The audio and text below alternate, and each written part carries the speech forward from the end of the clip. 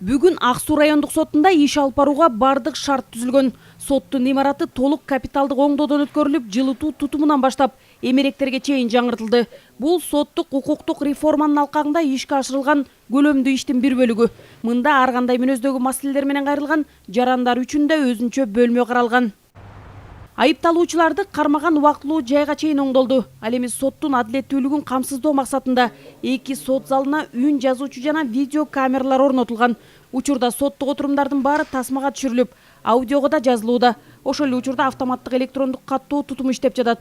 Бул сот өндүрүшүндөгү жарандын арызынан баштап бардык документтерди камтыйт. 19-жылдын 1-январынан 16-августуна чейин 47 иш ошол аудио видео жазуусун колдонуу менен жүргүзүлдү.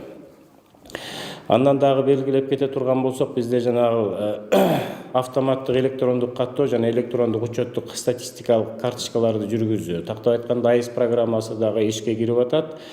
Каракол шаардык сотунун иши да толук санариптештирилген. Мында да соттук отурумдар үн жазуучу жана видео камераларды колдонуу менен өтүп жатат. Каракол шаардык сотунда былтыртан бери бирдиктүү терезеде иштеп жатат.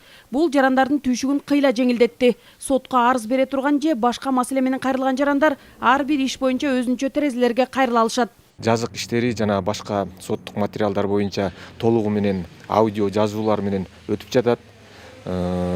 Бул система толук кандуу ишке киришсе, аралыкта күбөлөрдү же соттук процесстин башка катышуучуларын сурак алуу же алардын көрсөтмөсүн угууга мүмкүнчүлүк түзүлөт.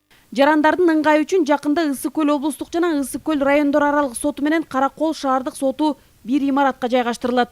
Каракол шаарынын Орузбеков көчөсүндө 5 кабаттуу имаратты 7456 чарчы метр аянты менен бизге өткөрүлүп берилген.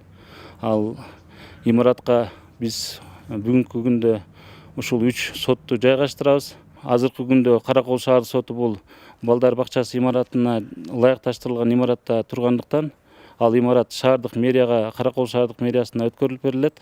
Соттук укуктук реформа негизи 3 багытта жүрүп жатат. Бул мыйзамдарды өркүндөтүү, татыктуу кадрларды тартуу жана мыкты материалдык техникалык базаны түптөө. Ага Ак Суу облустук жана Каракол шаардык сотунда жүрүп жаткан натыйжалуу иштер далил. Мындай аракеттер жарандардын конституциялык укуктарын жана эркиндиктерин коргоп, сот адилеттигин ачык жана айкындуулукту камсыздап, коррупцияны жоет деген ишенич чоң дейт адистер. Нургүл Жумабекова, Нургыз Абдрахманова, Ала Тоо 24.